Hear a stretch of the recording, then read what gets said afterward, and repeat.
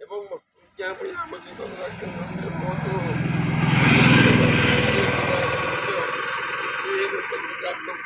चतुर्चक विशिष्ट ज्ञान तंत्र चलित ज्ञान पूजा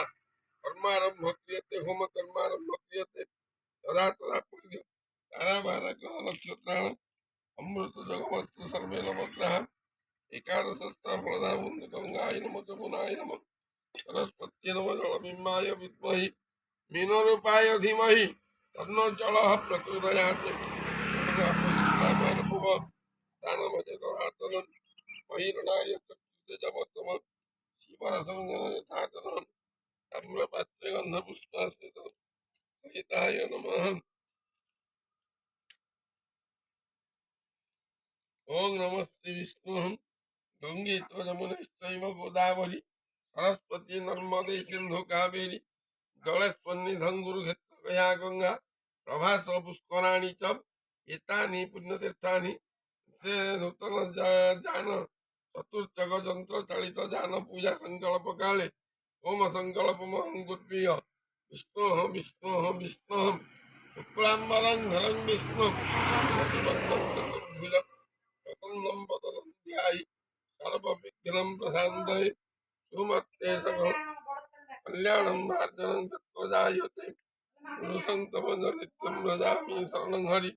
शंख चक्र गदा पाणि द्वारिका निलयाचितः गोविंद पुंडरीकाख्यं रक्षमां शरणागतः। ओम नमः श्री विष्णु अद्ये पुनिन विशिष्टिं गोप्रदेशी आश्विने मासी शुक्ले पक्षे अद्यं दशम्यायां ऋतुः भूमो वासरे कृतिकानामधेय नक्षत्रे मेषराशुस्ति भास्करे तुलराशुस्ति चंद्रमसि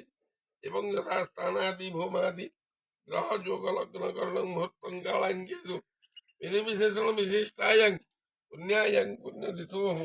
नागस्य गोत्र विदेशी रासं ततः गृहे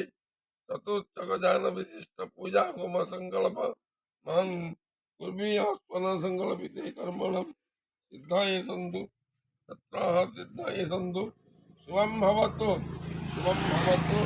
शुभं भवतु।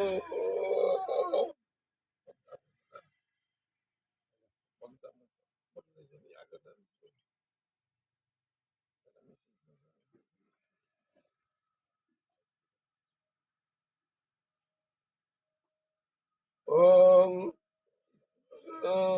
मंत्रस्य ब्रह्मा ऋषिः गायत्री छन्दः विष्णु